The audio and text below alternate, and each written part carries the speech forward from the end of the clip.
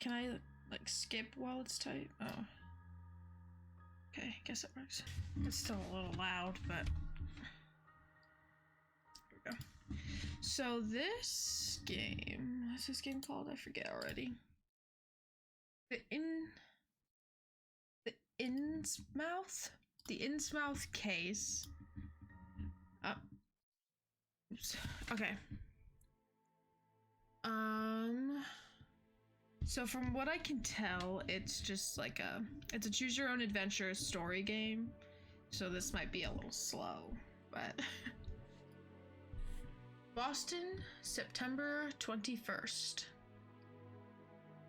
Music, hold on. No! Oh God, wait, start over.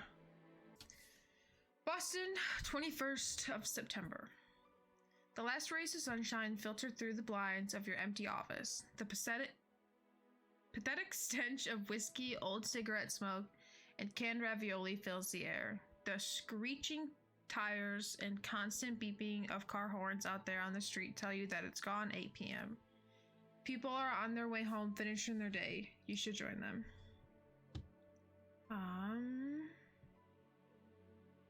Let's go home. You breathe a deep sigh. It may not have been a successful day, but at least it's over. You are looking forward to a classic Friday night, watching old mystery series at home in sweatpants and getting drunk on cheap booze. Since the early afternoon, you have been staring at the foreboding bottle of liquor at the end of the room. Up until now, a vague sense of professionalism has kept you from drinking yourself into oblivion. Now nothing stands in the way. Suddenly you hear someone at the door. Who is it? The door slowly creeps open with a timid creak. The unknown guest pauses, then in a breathy and melodic tone, you hear a woman utter, "Hello?" Your insides cramp. You suddenly realize that you haven't cleaned your office at all this year. I don't want to like scramble to pick everything up. I guess I'll quickly try to clean up. Wait a minute, wait! You shout in a pitch that is at least 2 octaves higher than intended. There's no time to pick up all the crumpled pieces of paper on the floor. You gaze across the total mess on your desk. A weird, undefinable crust has formed on the wood. You've never noticed that before. You try to hide it by putting some unpaid bills over them. They get stuck immediately. Nice. By the light of the desk lamp, you now see more than a silhouette. A breathtaking woman lights up your office. Oh, breathtaking. No doubt, older than 40, maybe even 50, hard to say. Clad in black, a skin-tight dress culminating in a... I don't even know how to say that word. That seems to defy the laws of gravity. A smoky eyeshadow as dark as algae washed ashore. Blonde... Diamond, see how I get you. Diamond! A blonde coiffed, I don't know, wavy hair under a dark beret. The faint light of the setting sun catches in the strands of her hair, and you wonder how many heads this woman must have turned during her prime. She's completely different from your usual customers. Nervous bankers with sweat stains under their armpits, convinced their wives of something going with the mailman. Every move she makes is calculated grace. Smooth as an eel, she walks towards you and sits down on the corner of your desk. Determined, she walks towards you and sits down. Oh, shoot. Which is a little bold, which makes you blush. Well, that's a little bold. Which is a little bold without asking you first, but as a professional, you're not going to give anything away. She seems to want to play the seductive damsel in distress. The quiet, amused voice of your subconscious is pleased that this stranger may be sharing your enthusiasm for film noir cliches. A far louder voice is surprised that this woman seems to think that a sexy pose in revealing clothes could win you over, and both voices agree that they don't like being manipulated. You don't think that the stranger perched on your table is trying to recover from a hard-working day as a lingerie model, and therefore you see no logical reason for her behavior. When she begins to speak, her voice is smoky and full of promise. My name is Delilah Marsh. I'm looking for a private investigator. I was told you are one of the best. Yep, that's me. She extends her hand. Kiss her hand. You've come to the right place, lady. Decline. Of course, I will find your missing daughter. Oh, you're right to it. Let's be a little gentleman. Give her a little smooch on the hand. You kiss her hand and waggle your eyebrows in the same manner you've seen so often in those classic movies. This woman moves in higher circles and is used to luxury. You can tell by the strong smell of caviar she gives off. If you play this right, you might even be able to increase the fee for this case. Get down to business. It's about my daughter, Tabitha. She's disappeared. You're pulling out paper and pencil. This is going to be a walk in the park. A walk in the kidnapped kids park. Well, when did you last see her and where? The woman puts out a fake smile. We live in Innsmouth. It's a small port town north of Arkham. You frown. This is a bit vague. What was your child doing when you last saw her? What hobbies does she have? Oh, you know, kid stuff. They just run around and play with their yo-yos, that sort of thing. She doesn't seem to know much about her daughter, I guess. Delilah nervously combs her hands through her hair. Does your daughter have any friends? Yo-yos? What about her father? What does your daughter look like? What does she look like? She's only 8 and the sweetest girl you can imagine. She's been missing without a trace since last week. None of her schoolmates have seen her and no one knows where she's gone. She hands you a photo. Look at this little munchkin. Oh. This sure is a cutie. Good heavens, is this supposed to be a joke? Is that really the face of a child or a shooty photo edit? Are you being filmed as part of a reality TV show? A bit of stomach acid and the last bite of lunch slowly but surely make their way up into the back of your mouth. You swallow it. With narrow eyes, you swallow the bile and involuntarily pull a face. Delilah continues to look at you hopefully. She obviously didn't notice your little mishap. That was close and could have been unpleasant. I'm so desperate, her eyes lock with yours. Do you think there's something strange about your child? Ask more questions. Does she have any friends? Does your daughter have any friends she might be staying with? Classmates, sports club members, anything like that? Delilah silently shakes her head. Very strange. You're about to ask if the girl at least had imaginary friends, but you hold back. What about her father? What about Tabitha's father? Are you separated? Often children reappear with family members. Delilah smiles sadly. My little one can't swim well enough for that yet. What? Your pen remains on the same spot on the notepad. What was that supposed to mean? Delilah is about to continue. Let her talk. Delilah turns her gaze away from you and looks longingly out the window. Her father was a fisherman, like most in the village. A few years ago, he went out to sea but never returned. His boat was washed ashore weeks later. His colleagues told me that he had finally followed the call of the waves. You keep quiet for a moment. Deceased family members are always a sensitive subject. My sincere condolences. She seems calm. Oh, somehow, I always knew that moment would come. I think my husband is in a better place now, and at some point I'll join him. You take a closer look at Delilah's outfit. Judging by her behavior and clothes, you never would have taken her to be a fisherman's wife. More details. I guess the only thing left is the yo-yos. Hold on, yo-yos? Ring ring, can you hear that? It's the 90s calling and they want their outdated toys back. Delilah blushes. Normally you would find this quite attractive, but the case of a missing girl beckons and you're utterly unconvinced by the way this woman pretends to be a mother. She remains silent. Let's move on. This lady probably won't win the Mother of the Year award, but that's not your problem. At least she seems to have money. To profit from it, you should probably go easy on her. Or, you know, may not be Mother of the Year, but she's looking for a child. Delilah nervously combs her hands through her hair. I have no further questions. I have no further questions, you mumble. More to yourself than her. Delilah stretches her neck imperceptibly. No doubt she would like to take a look at your notebook. Your pen hovers over the notes you've taken. Missing daughter, dodgy lady. That's it. You've worked with less. Are you going to take the case or not? Fuck it. There's a child missing. You nod. A missing persons case, nothing unusual. The conventional little girl runs away from home after reading her first romance novel. Usually they hide at the edge of the forest or in the library. Should be pretty straightforward. Before you say anything, she drops a photo of a child and a roll of bills on your desk for your expenses. You nod slowly, trying not to drool down the front of your shirt. You haven't seen this much money in ages. You don't have much time to prepare. A quick search reveals that only one bus goes to Innsmouth, and only once a day. A pattern emerges in your research. A few new items related to the little coastal town, all about missing persons.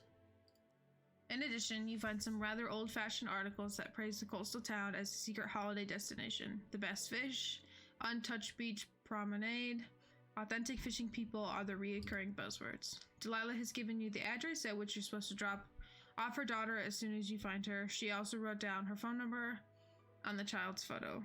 You take another look at the picture before you pack your things. The next morning, you bus. Alright, 22nd of September. Your journey begins at a busy bus station. There's supposed to be a bus line that departs from here to Innsmouth. Excuse me. Buses, you think to yourself, are not only an environmentally friendly means of transportation, they are also easy on your wallet. Sadly, the departure boards aren't as much help. New York, Maine, Rhode Island, no trace of Innsmouth as a destination. You wander around for a while until you notice a cleaner eating a sandwich on the side of one of the vending machines. Let's ask. Excuse me, where can I find the bus to Without letting go of his sandwich, the cleaner points to an abandoned counter in the dingiest corner of the public bus station that the public bus station could be capable of. The man gives you a nod, indicating that anything that can be said has indeed been said. You find that the counter is elaborately decorated with cobwebs. It's a bit early for Halloween preparations, but at least someone's made an effort. At the moment, nobody seems to be there. You press your face against the plastic window to peer into the room behind. Hello? Hello, is anyone there? I have to go to Innsmouth. No one there. Suddenly, out of nowhere, a bus ticket appears on the counter. Might the trip be free? Let's leave a donation. You're a staunch defender of the law. It goes without saying that you pay. You put a few coins in the bowl underneath the foggy glass window. Hopefully, they won't be stolen by the next passenger. Even if someone were sitting behind the counter, you wouldn't be able to see him. It's just too dark. You're distracted for a few seconds, and suddenly there's some change on the counter. What's that in amongst the coins? A small golden fishing hook? How strange. Where's this bus hiding? In between the polished greyhounds and travelers stowing their luggage, saying goodbye and dropping tiredly into their seats, there's a kind of dumpster. A dumpster with windows and wheels? No, it's actually a bus. It's a bit on the rusty side, and even from a distance you sense the strange smell it emits. Is that sulfur? You're not convinced how this thing is supposed to drive. In its vicinity, everything is noticeably quieter than at the other bus stops. The people getting on show no sign of emotion. Nobody is trying to jump the queue here. Instead, the passengers move past the bus driver at a uniform speed, one after the other, shuffling up the creaking steps. Each two-seater bench is occupied by individuals as if they want to make sure not to come into contact with their fellow passengers. The sign clearly says Innsmouth. No departure times, no stopovers, just Innsmouth. On the bus. Undecided, you're standing on the stairs of the bus.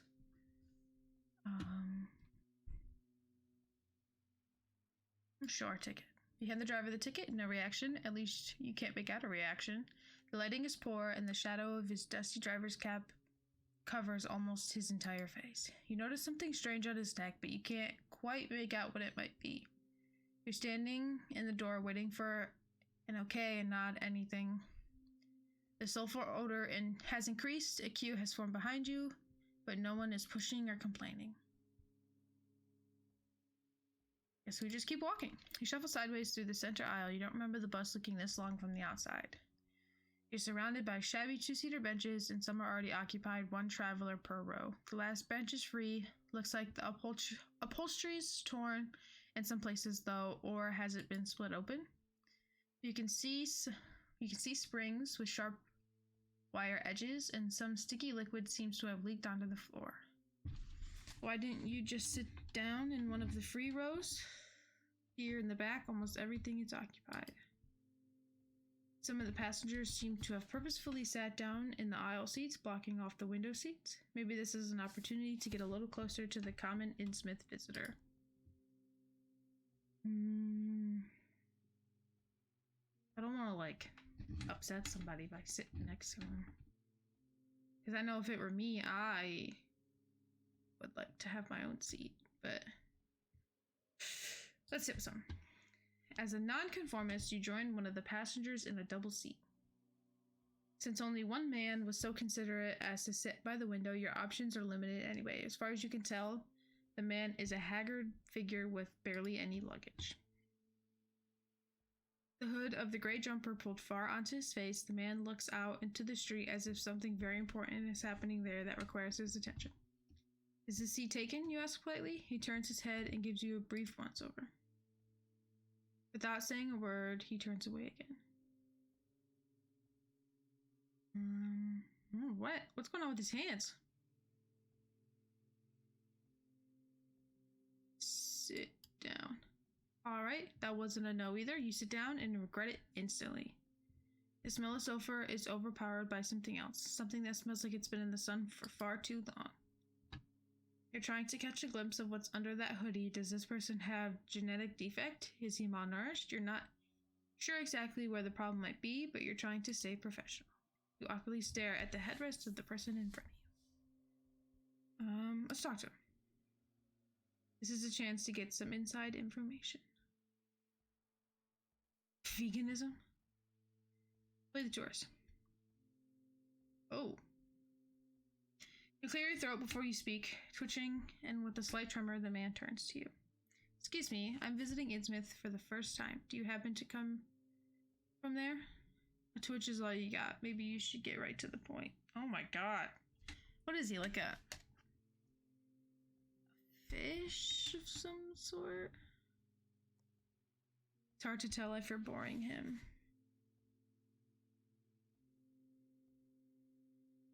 You clear your throat once more. Your seat neighbor turns to you in slow motion. Excuse me, I'm a private detective and I'm going to Innsmouth for a job. You pause for dramatic effect, mentioning your profession usually impresses people and their eyes grow large with surprise. The Innsmouth gentleman also has big glassy eyes, but it seems to be more of a medical problem. You fish the photo of the missing girl from the inside pocket of your coat. Tabitha Marsh has been missing for a few days. I think she may be hiding with her friends. Have you seen her? He looks at the Polaroid photo, then slowly shakes his head. Didn't. You put the photo back in the inside pocket of your jacket. The small talk has been gruelingly slow, so you decide to let it go. This ride is taking forever. The bus leaves the country road and turns off at a wooden sign that says Innsmouth in red flaky letters. The journey continues rather bumpily along a narrow dirt road littered with numerous potholes. In the distance, some houses are already visible, seagulls circling the roofs of the outermost edge of the city. Slowly, all passengers take their bags out from under their seats and get ready. Side window. That's odd. Wow, that's odd. The bus passes by a huge, what is this, a scrapyard? Parking lot? Why would something like this be here right outside the city? You pass another wooden sign whose half-peeled writing advertises the Innsmouth Park and Ride area. A lot of cars look like they've been sitting here for years. Sand covers some of the bonnets and windscreens. Windscreens? A windshield? The front door of the bus opens with a squeak, and you join the monotonous line of locals stepping out of the bus as if in a daze, almost walking in step. You all Get closer to the exit. As you walk down the steps, you have to protect your eyes from the sunlight. Turns out the windows of the bus were tinted. The other passengers shuffle off. Innsmouth city limits. Finally, Innsmouth, you examine your surroundings while you stretch your legs, trying to unwind from the stressful journey. No artist could have adequately captured the serenity and beauty of this place. A clear blue sky lights up the town square, which is paved with bright limestone and surrounded by neo-colonial buildings reminiscent of 19th century New England.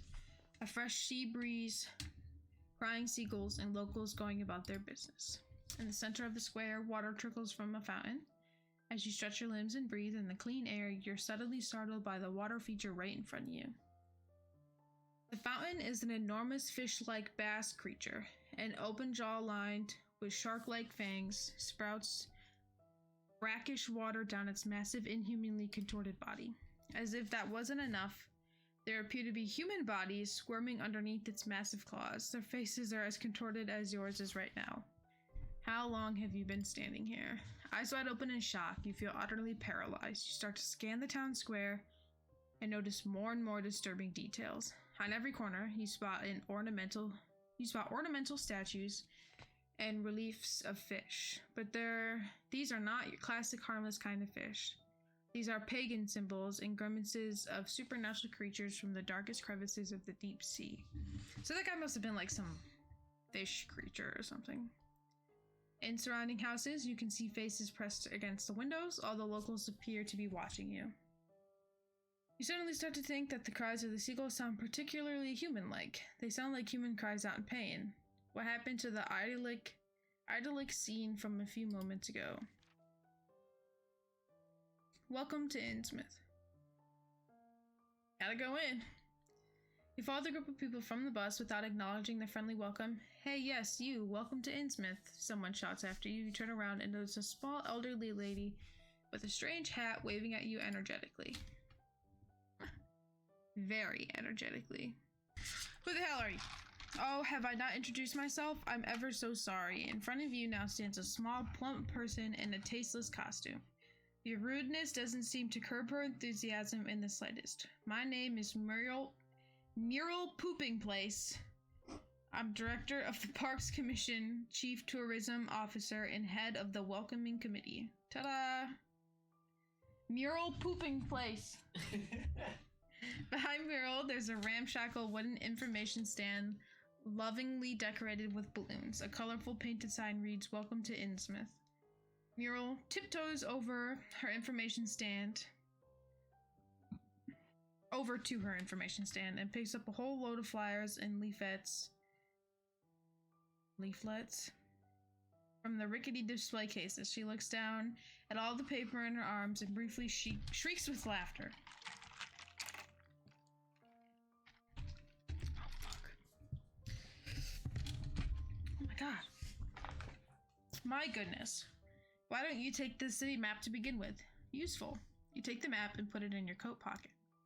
Would you like to find out more about our wonderful town, which has been awarded the East Coast Stunning Town Award for several years in a row? And, would you?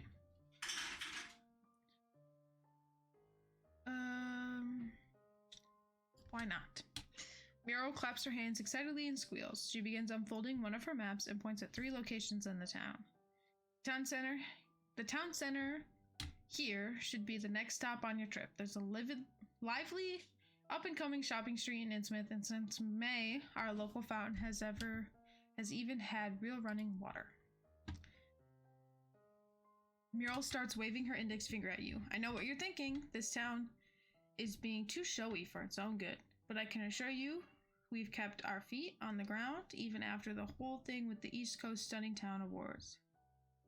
Her finger now points to a different area of the map. Oh, there's no... The old town of Innsmouth is completely preserved. You'd think nothing has ever... Wow, I cannot. You'd think nothing was ever done to the facades of the old houses. Within 4 miles of here, you won't find any new builds. Your face is unwillingly slipped into an expressionless mask due to the sheer boredom of it all. And then, Muriel points to the coastal line of the map. The, uh, amazing beach promenade. A dreamy beach with a bar that serves all the drinks your heart desires. I hope you brought enough stress with you because at the beach, pure relaxation awaits you. Small woman chortles. Thank her. Thanks ever so much, ma'am. Muriel seems delighted. Nothing gives me more pleasure than ensuring visitors have a great time in our pretty little town. Will you be staying for a few nights? I can only recommend staying as long as you can. There's just so much to see. Trust me, by the end of your stay, you won't want to leave. Probably like, I don't know. I feel like it depends on how long it takes to finish this investigation.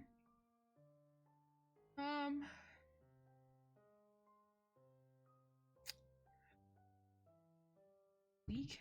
Oh, how wonderful. Here, take this coupon for the Gilman Hotel. Here you'll find luxurious 19th century flair and can expect a sophisticated service. Among its guests, the hotel has counted heads of state from faraway countries, Hollywood celebrities, world-famous pop stars, as well as 2 former presidents. Just tell reception that Muriel sent you. Muriel winks at you and hands you another colorful flyer. You've had enough now. You point at your wrist while backing away. Still so much to see, you know? Thanks again ever so much for everything. Muriel's eyes move past you and settle on a tourist family right behind you. Seemingly at the flick of a switch, she's back to her gleeful demeanor, bouncing over to the family and waving brochures. You head further into town along the cobbled road in the direction of the coast. Not long ago, the sun was bright in the sky, but already the first wafts of mist are creeping into the streets. The air feels thicker and the sun can no longer penetrate the fog. Time to think about where you want to go. You slow down, leaning your briefcase against the wall, and start pacing up and down the quiet alleyway. You've got an important choice to make right now. The city center is in the north. Even from afar, you can see the outlines of the old and ornately decorated buildings in the main town square. Here you should find the police station, the main shopping street, and, of course, the town hall. As a coastal town, Innsmouth also has a harbor. From your research, you found out that this is a bustling area with a dreamy beach. You expect there to be mostly tourists. According to your research, the only hotel in town, the Gilman Hotel, is located in the Old Town. You think about checking in. You could do with freshening up and getting rid of the bus smell that is clinging to your clothes. Just as you're about to start off, your heart leaps into your throat. You've forgotten your briefcase. This has never happened to you. You usually take good care of the little you possess. There's nothing you can do about this now. You'll have to wait until your return journey to find out whether someone has handed it in to the lost and found. Still, you could swear that the briefcase was already gone when you got off the bus. I thought they said that...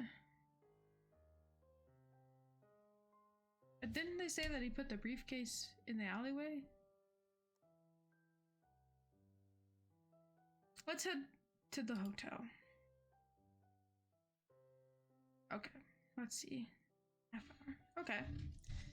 Well, it's a lot of reading, but I do not mind. I like the choose your own adventure style. Yeah.